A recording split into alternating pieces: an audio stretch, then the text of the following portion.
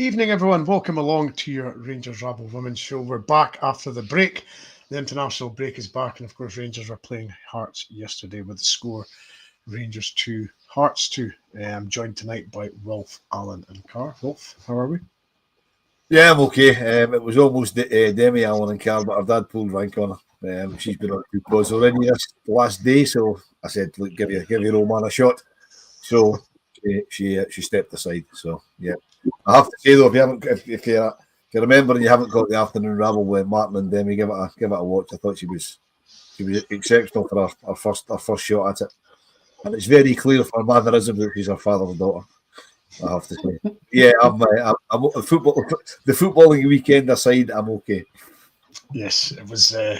It was a different weekend for Rangers. Carr, how are we? Nice seeing you again. Yeah, here I'm all right. Rangers ruined my weekend as usual, so standard. Nothing changes. No, Alan, how are we? I'm good, thanks. So obviously Rangers, as Carl said, they've well and truly ruined the weekend, but that apart, I'm doing good. You're looking very bright. Yeah, I was out and about, so just in time for the pod and no time to get changed. Good stuff. So yes, as I said, Rangers 2, Hearts 2. So yes, we're going to be deep diving into that. And the Trying Scotsman is upgraded to CEO. So well done, Trying Scotsman. Thank you very much. Michael Lee, another new member, and Dean Curry. So 3 new. That's brilliant, lads. Thanks for the support. And Wilf, yes, we're going to speak about the Rangers game yesterday. Wasn't the best of starts, but they somehow got themselves back into it and probably maybe could have won it. I'll be honest. The women's game yesterday was very much like the men's game on Saturday. For me, first half was an absolute shit show. I mean, there's no. I mean, the biggest surprise for me yesterday is that I watched the post match presser when I got home. I can't even speak. Maybe it'd be better with Demi on here. When I got home, and Joe was quite calm. I expected her to be going absolutely ballistic.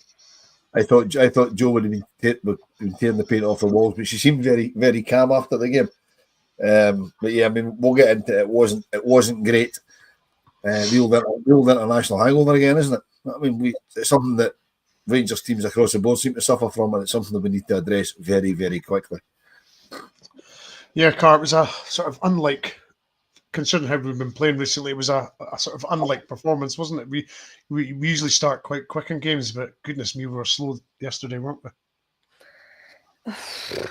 Hearts just knew what to do against us. They just ran over the top of us, didn't give us a second to breathe, and it worked, and we just looked like we couldn't be bothered. The whole team just, as Joe said in our post-match, negative, going backwards, side to side, but Joe's not without fault either. That team selection's baffling. The subs came far too late, and it was just abysmal until Laura Berry, youngest out of the bunch, bar May Croft, comes on to save the day, which shouldn't need to happen. No, but we'll certainly get into that. I mean, Alan, it's we said in the last one before the international break that from this weekend onwards, it was pretty much the top 6 playing each other. So it's all pressure cooker games from now on until the end of the season. And we haven't got off to the best of starts, have we? No, we failed at the first hurdle, and that's us now played 2 games against everyone in the top 5, and we've not got maximum points against any of them.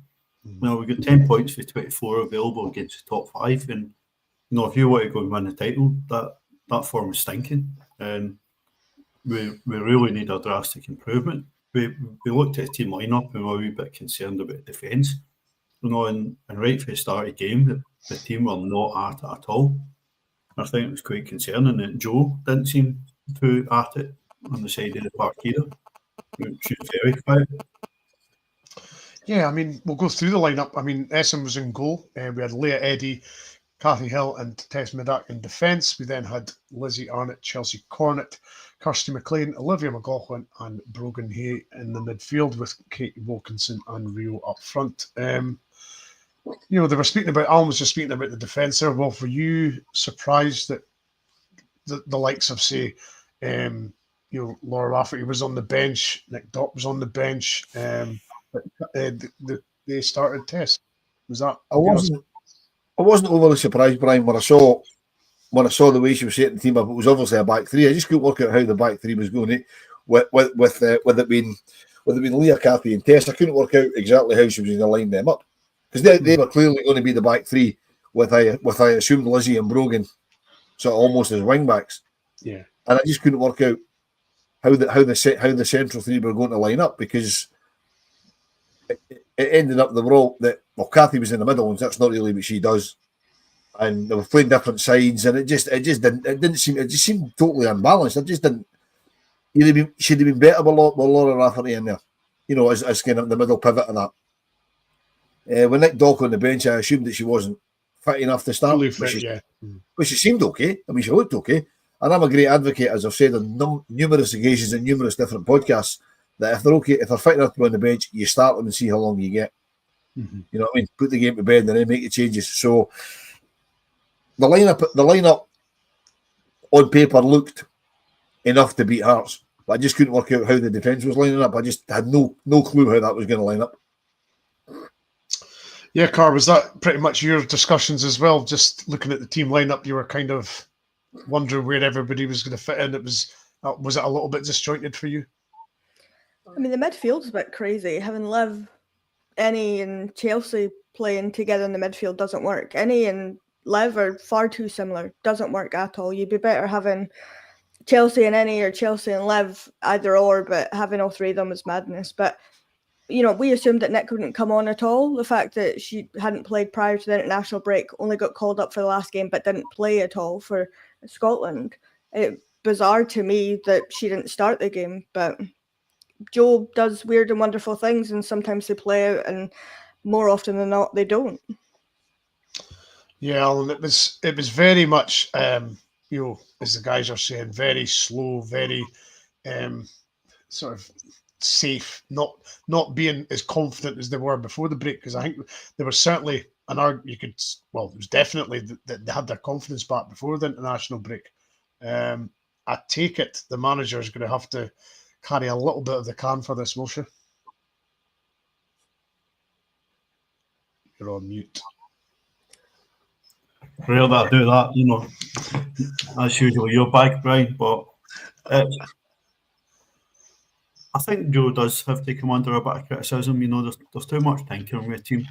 Anytime we change one in the back line, it involves all three players usually changing, switching sides.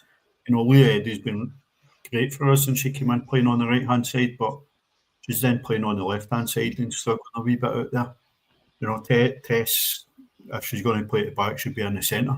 And Cathy would have been better on the right side or the left side, but if I know playing our strongest team and wanting to change the defence up, I don't know why we've let Ellie Austin go on loan with her athleticism. That would add so much to that defence if we're swapping that about. But the pace and the tempo of the team was really, really poor right for the start of the game. And there were too many passes, simple passes, not being made, but being fired out of play.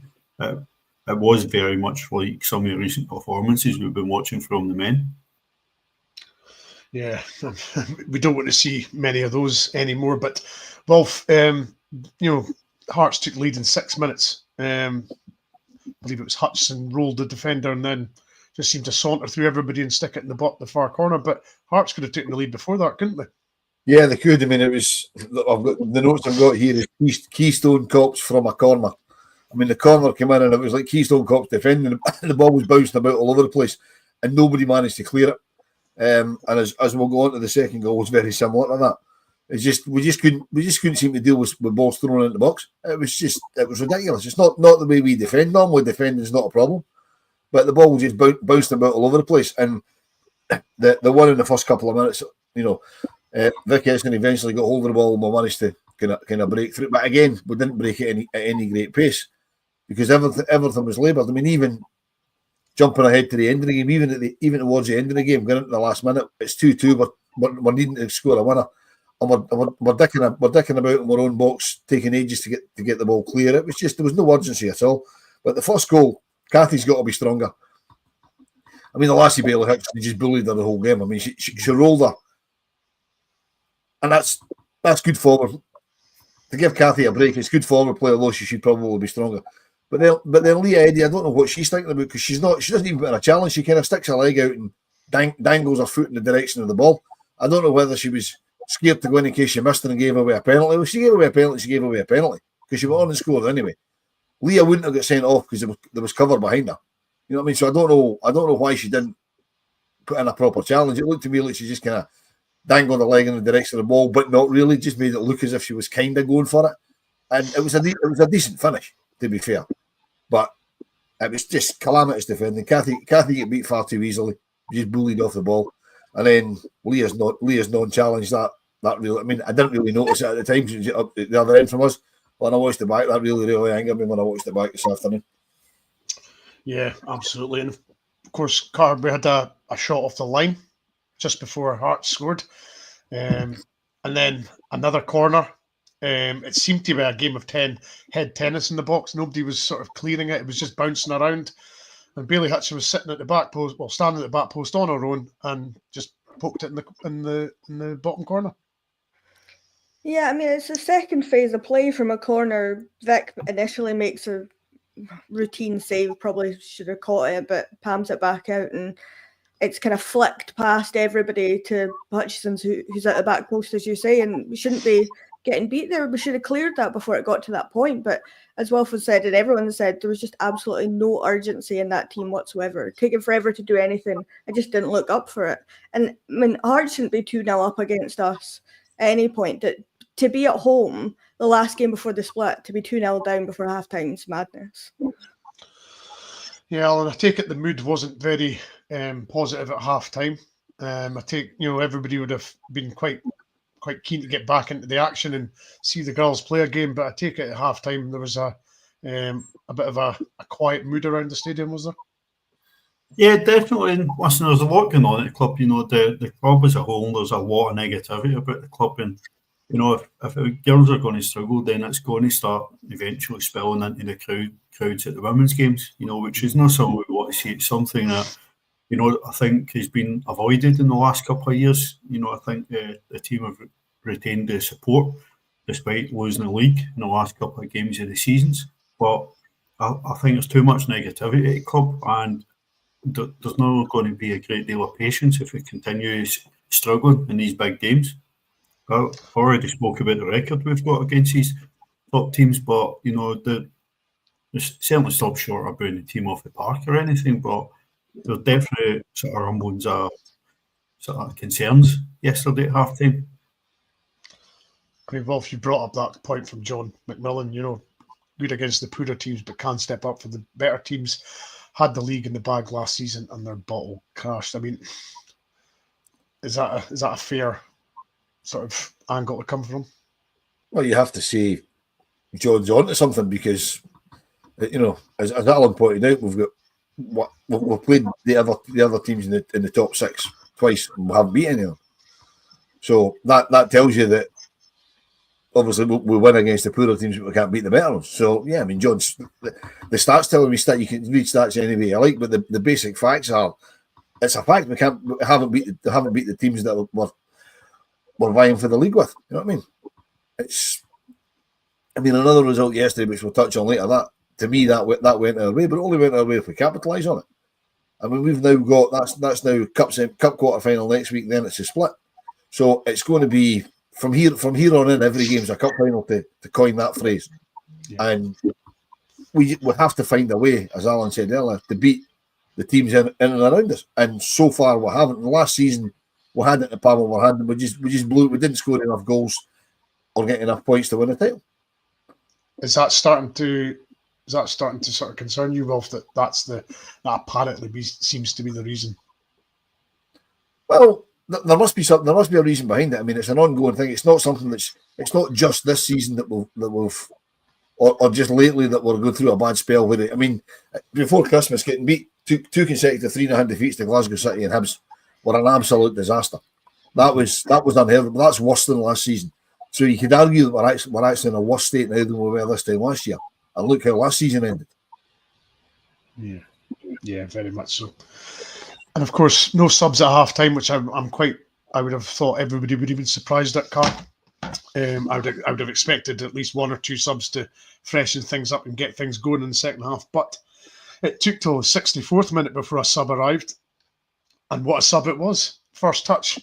I mean, it's some ball from Wilco, to be fair. And I actually thought Rio was going to get in the way, because you could see Laura tearing through the left-hand side, and she made it her ball, and what a finish. Yeah, I think it was Alan said at the game yesterday that she's told Rio to leave it. I won't say the word that he said in front of leave it, but it was something to that effect.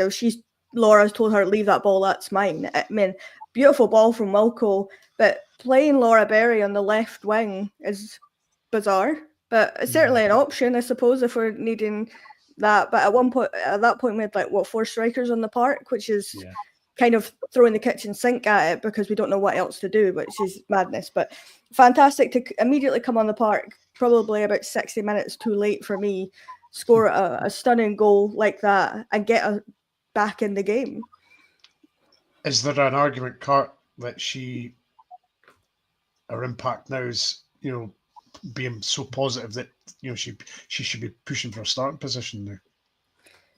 I don't know why you're asking me that, because I'd say that regardless of how she's playing. But I absolutely think that, because as much as I love Wilco and as much as I love that the goal she scored this season, if she can't show up when it really matters, and she didn't really offer us much yesterday, to be honest, then why not play Laura Berry, who's fighting for a place? She's hungry. She wants to show that she's, capable of being in this team, first pick on the team sheet. So I don't see why not.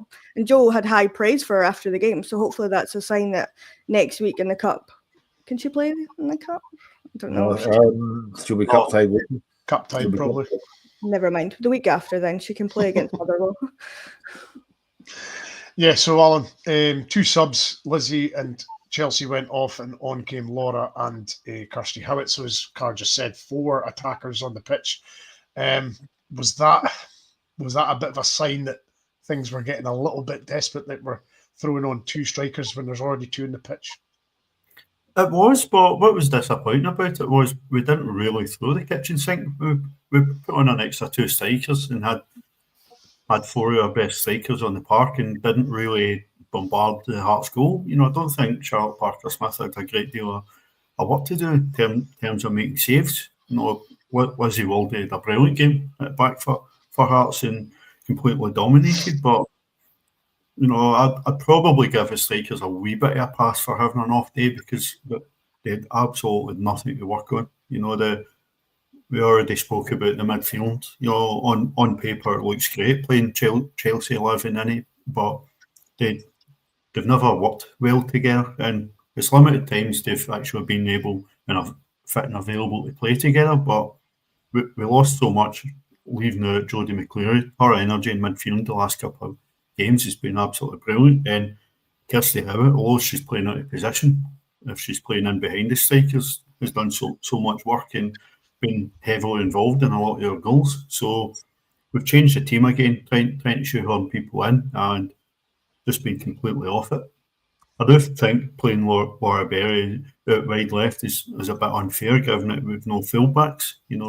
Asking her to play as a wing back, it's probably very unfair on her. But she made a brilliant impact yesterday, and go on and talk about her impact for the equaliser as well. Correct, yes. And of course there was 2 subs further after. Excuse me.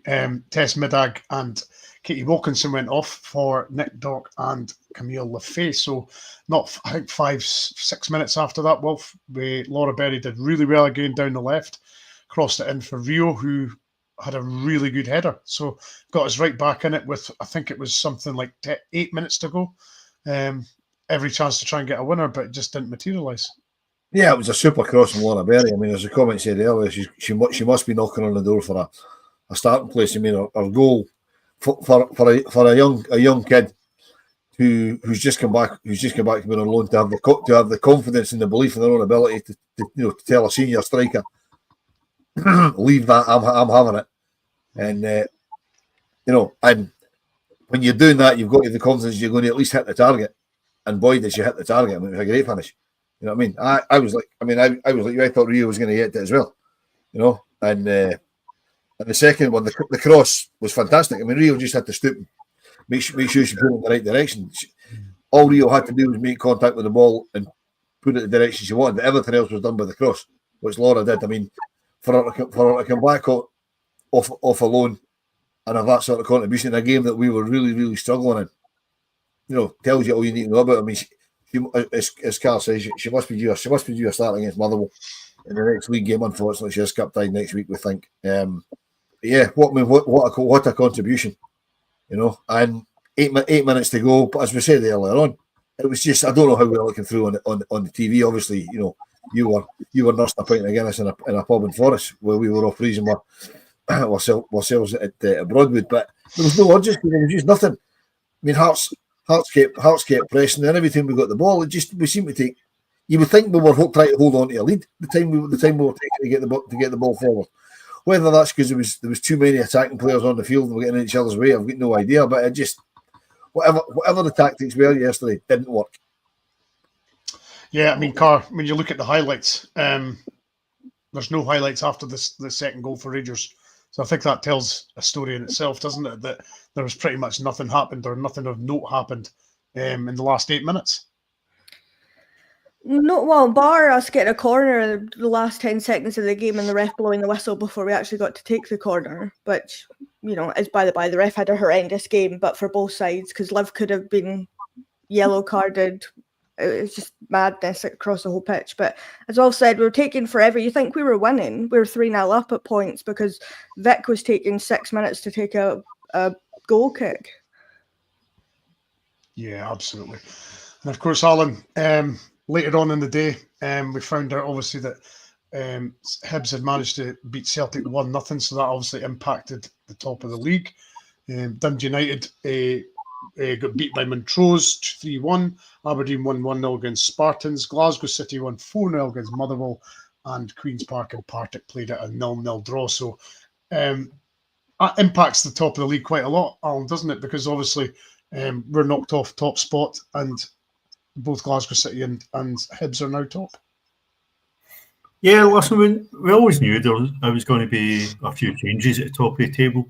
We went into the game yesterday with 4 teams tied at the top of the table on points. Hearts only 6 points behind that. So with Hibs and Glasgow City playing each other, Hibs and Celtic, playing each other, us playing Hearts, you know, there's going to be a lot of changes for the next 10 games. And the thing is, Hearts and Hibs are now showing that they're capable of taking points off ourselves, Celtic and Glasgow City. So there's certainly not going to be last drop points for us or anybody at the top in the next 10 games. And there's going to be quite a bit of back and forth. But what we need to do is find a level of consistency. These games, you know, like Paul's point, you know, I would very much like to see Kimmy Oliphant start. You know, I think she's developing very well and really getting to grips with the Scottish game. I think their shape was poor yesterday, and I think we need to make sure we look at playing players in their stronger positions. Yeah. Point from Keith, and I'll throw it to all of you. The appointment of Andy Thompson as the new assistant manager is a good one. Ex-Scotland number 2, great goal scorer in his playing days. Queen of the South QPR will be good to work with our strikers. Cara, what did you make of the appointment first of all? I'm not going to lie, I hadn't heard of him, but that's probably just showing my age at that point that I didn't really know who he was. But, you know, it finally took long enough to get somebody in the door, so at least we finally got someone there to back up Joe. So we'll see how it goes. He looked a bit raging at points yesterday, I think, as well as Joe in the second half. So hopefully that's a sign that, you know, they're going to put the girls to work. So, yeah, we'll see how it goes. Yeah. Wolf, did you know much about Andy Thompson? I'm sorry to say, my knowledge of Mr. Andy Thompson is not what it should be. I've never heard of a fella, to be fair. If you're ex-Scotland number 2, great goal scorer in his day, I'll take Keith's word for that, because I trust Keith and things that he tells you. Whether that's folly or not, I don't know, but I'll trust him anyway. But yeah, to be honest, scoring goals isn't really a problem at the moment. We kind of keep Wayne's out of close, so we could really do with somebody to sort the defence out and maybe sort out the middle of the park as well. Scoring goals if we make chances, scoring goals isn't the problem. So it's keeping the ball out at the other end and making the chances that's probably the bigger issue. But as Carl says, it's about time we got somebody in. He seems to have a decent pedigree. I don't know, I'd rather have had somebody that Joe would potentially worked with before, because she seemed to know Jay from before, and they seem to work well. But it's not always the case. Doesn't always have to be the case. Just got to see how we get on. Absolutely. Of course, Alan, it'll lighten the load on the manager, because obviously, they can split the duties between the two of them. Did you have much knowledge of him beforehand?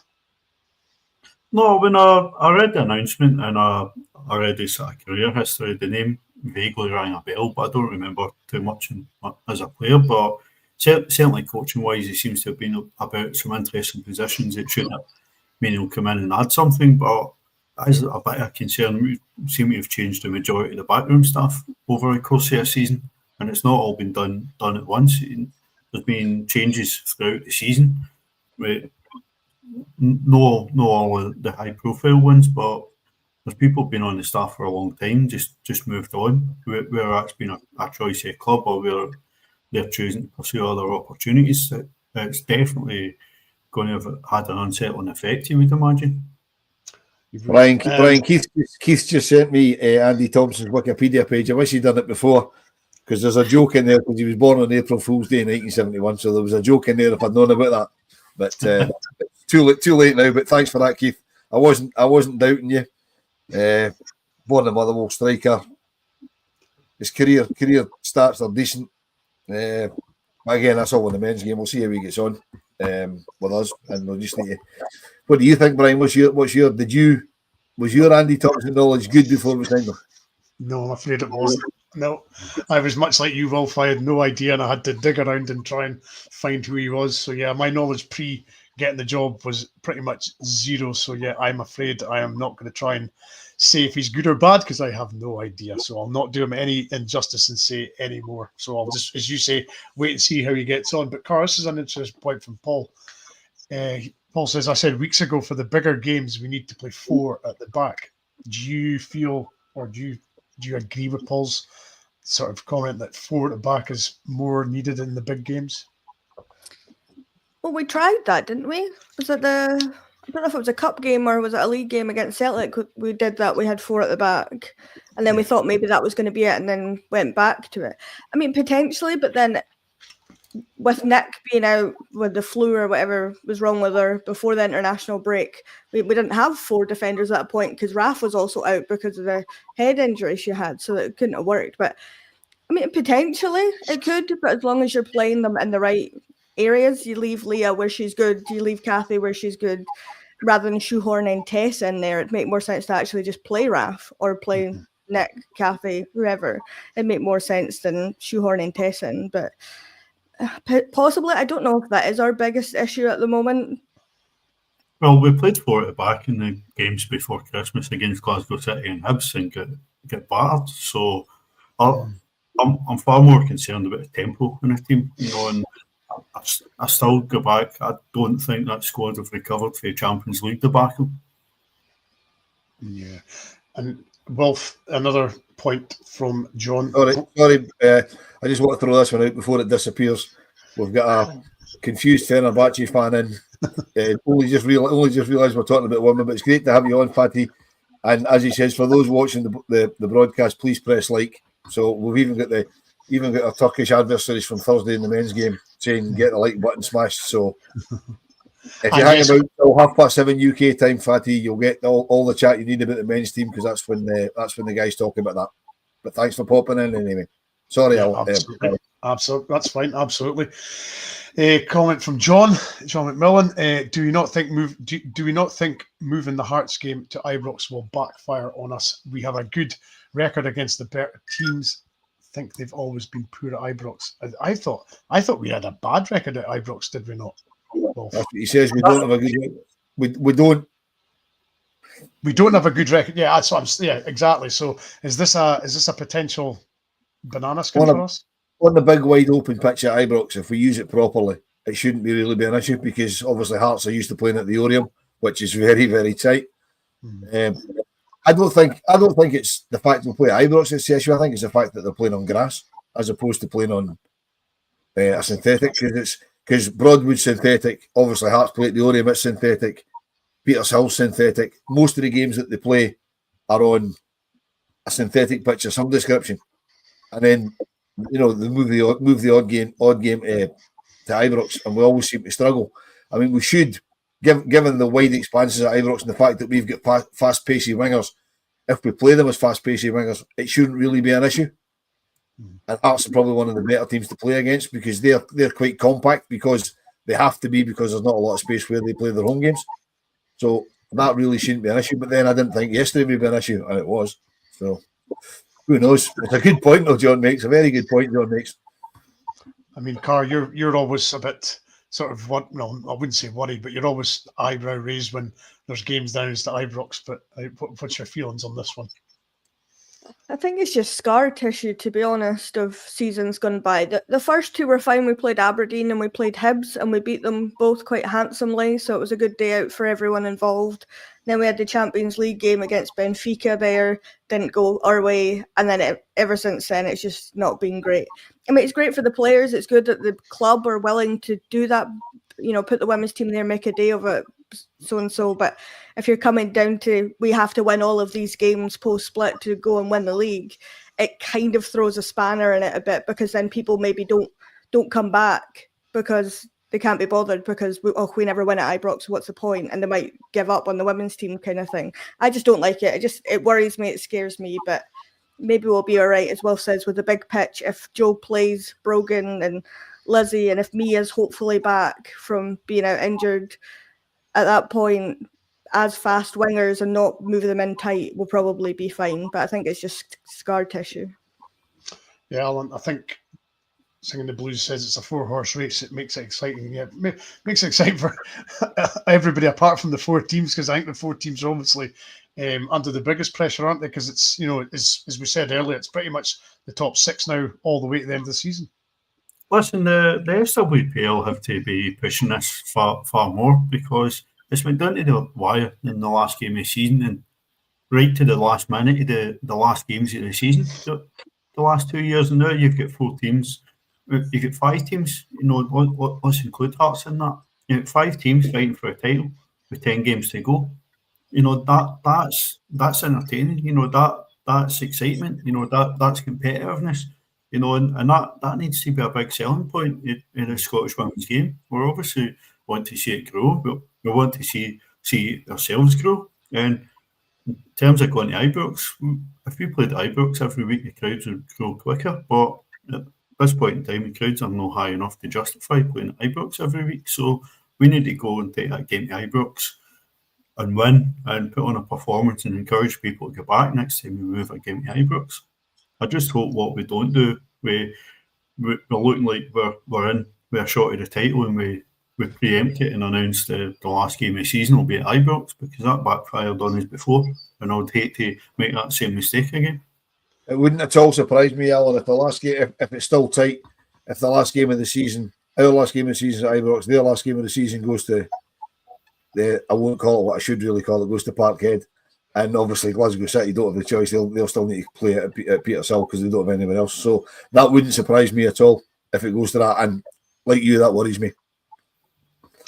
Yeah, very much so. I mean, again, John makes a good point again, but when we took 7 off Hibs at Ibrox, would they do that based on Hibs' improvement in current form? I don't think they would, John. I think it's much closer now. I don't think there's more chance of him taking 7 off us the way we defend. Well, yeah, that is a possibility. But I think as somebody's saying, the top 4, it's a 4-horse race. It's Hibs have vastly improved. I'm just about to say the league status now is Glasgow City on 54 points, along with Hibs on 54. But Glasgow have got 80 plus goals. Hibs have got plus 57. Rangers are 2 points behind on 52 with plus 94.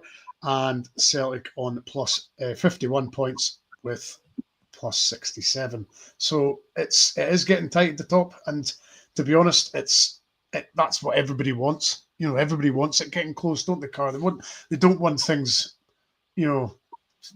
one team running away with it madly, and the season's over before, like say, the split happens. So it's it's becoming a habit, this sort of last day season in the SWPL, isn't it? Yeah, I mean, it's certainly going to be more interesting this year with Hibs, and even Hearts are only a few points behind. They're not that far off us. Well, off Celtic, so to speak, now and down in 5th.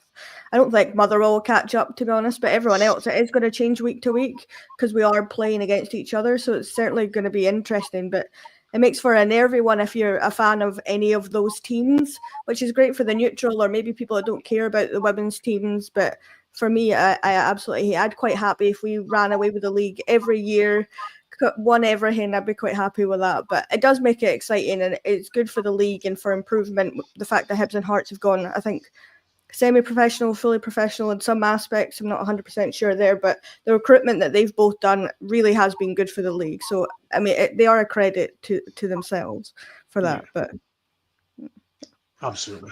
And of course, we head into Scottish Cup weekend. It's Boroughmuir Thistle versus Motherwell. St Johnstone versus Aberdeen. Rangers are at home to Spartans, and I dare say the tie of the round is Hearts against Glasgow City, Ellen. So, Glasgow City are having to do things the hard way, aren't they? Definitely, that's the pick of the games. I think it gives Hearts a massive advantage of games at the Oriam and not at Petershill. The new pitch is obviously going to help Glasgow City at Petershill, and it's sort of bedding in quite nicely now. But I think Hearts will be bang up for it. They've obviously came on a very good show at Broadwood yesterday, so they'll be flying high. They've maybe struggled a wee bit since the turn of the year, but he'll be wanting to turn that round and put a lot of pressure on the teams above him. So brilliant opportunity for him to go and beat Glasgow City. Glasgow City might possibly be a wee bit distracted by chasing the title, and Hearts will obviously want to go back to the Scottish Cup final at Hampden like they did last season. Absolutely. And John's just asking again, another good question. Would you be happy with Tegan Bowie in the summer from Hibs? Cara, Alan, I dare say you're probably best placed to answer that. Alan, you can... Listen, I think Tegan Bowes is a very exciting prospect. John's mentioned her a couple of times in the comments. It probably depends on how we're going to play. We're asking a lot of young wingers if we're asking it to play as wing backs as opposed to out-and-out wingers. But if you're going to change shape and play out-and-out wingers, I think Tegan Bowes is definitely the type of player that we should be looking at. I think we missed a massive opportunity in signing Bailey Hutchison last summer. Obviously, paid the price for that yesterday. She's developed a great deal and she's settled in at Hearts. So there's definitely players in the league that we should be sort of monitoring and looking at and watching their development. But there's also a lot of players in our own youth academy, which is by a distance, it seems the best in Scotland in the women's game in terms of the players that are being produced. So we need to trust them a wee bit more. Brian, I agree with Alan on the Bailey Hutchison thing. I thought about it yesterday. We missed a trick with her. However, having thought about it, if we'd gone into signed Bailey Hutchison from Aberdeen, if we'd got her, it would probably have stunted the development of the likes of Laura Berry, because there wouldn't be room for the both of them in the squad. So Laura would probably still be out on loan, and I think she could be pivotal for us the rest of the season. But then we don't know, because Bailey Hutchison could have had us fired to the top of the league. Some of the chances we've missed, because she does. I mean, she scored an awful lot of goals and an awful lot of good goals for a Hearts team who really weren't fancy to do very much. She's quite clinical, isn't she? When inside the box. Well, she knows how to score a goal. She proved that yesterday.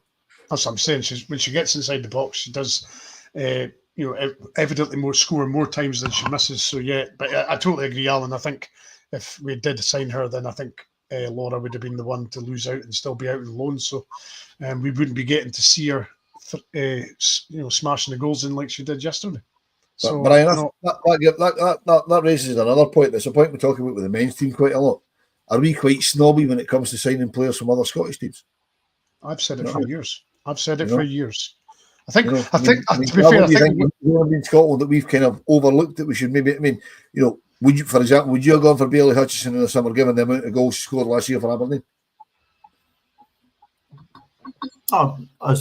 say I would have 100% went for Bailey Hutchison, but I think we kept so many strikers on the books. We obviously brought Katie Wilkinson in and made it six centre forwards on our books, which is too many. That's why Laura ended up at loan, because you can't possibly keep that amount of players sort of happy and getting them suitable game time. But I also think in terms of Hearts Raid and Aberdeen last summer, we missed a great opportunity in young Ellie Shore. She's now broke into the Scotland team, developing at Hearts, and she was excellent for Hearts yesterday as well. So we need to be paying attention to these teams and the players that are developing under our noses. Yeah, I've certainly thought the men's team have been very snobby over the years. I think the women's sidecar has probably been a bit better, isn't it? I don't think we've signed quite a few from Scottish clubs, haven't we? Yeah, I don't think we're snobby. I think we just have quite a good academy. So bringing in young, talented Scottish players from other teams maybe isn't the wisest thing to do if we've already got them on our books in the academy. But it depends, I suppose, if they want to come to us, because most people already have a team. So if they get offered a contract, they're probably going to go to that team if they're a fan of that team, so to speak. I mean, Tegan Bow was at Celtic and they let her go to Hibs, which was madness. I've absolutely perplexed by that, because she was such an up-and-coming talent, and a lot of their fans are raging about the fact that they let her go. So I don't know if she would come to us, but she is one that I would look at if we could potentially do that. But you can't keep our youngsters happy and then bring in youngsters from other teams. So you've got to be careful and find the balance with that, which is going to be a difficult thing to do. Absolutely.